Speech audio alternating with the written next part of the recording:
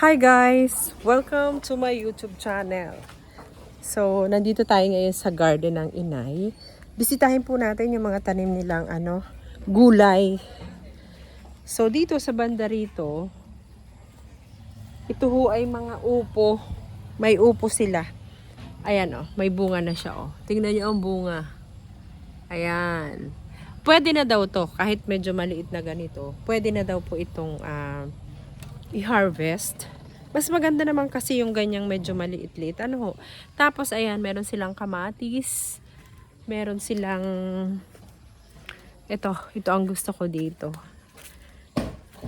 Ang dami nilang pananim dito. Ito po ay yung kung kailan ka lang magugulay, saka mo lang kukunin yung mga vegetables. Dito naman, may konting petchay. Ayan, siguro papaubos na ito. At ito nga po palang kalamansi. So, tingnan nyo kung gaano kaliit yung puno. Ayan lang. Pero, hitik ang bunga. Ayan.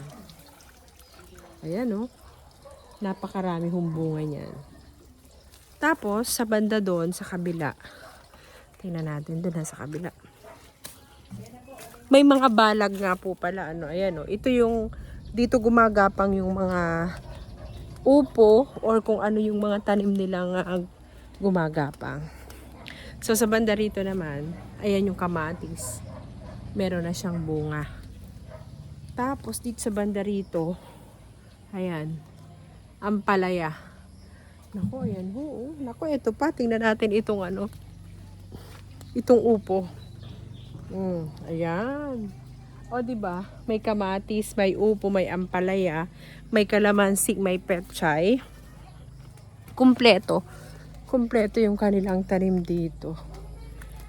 So, ayan. Ay, naku. Tingnan nyo mga kasuki. Tingnan nyo mga kawaiti. Medyo nabulok na itong mga ampalaya. Ayan Ang laki na nito. Siguro gagawin na tong punla. Tulad nitong isang ito Ayan hindi na nakuha. Tapos meron na pong mga bunga. At andito yung ating mga petchay. At sa banda rito, kalabasa. Kalabasa naman ito. Ano po? Ayan Wala pa lang bunga yung kalabasa. Ay meron na kaya lang. Parang naubos na nila. Nakapag-harvest na po sila. Ayan. Masipag ka lang magtanim pag nandito ka sa probinsya. Naku, talaga namang hindi tayo magugutom. Ayan Thank you for watching. Follow for more.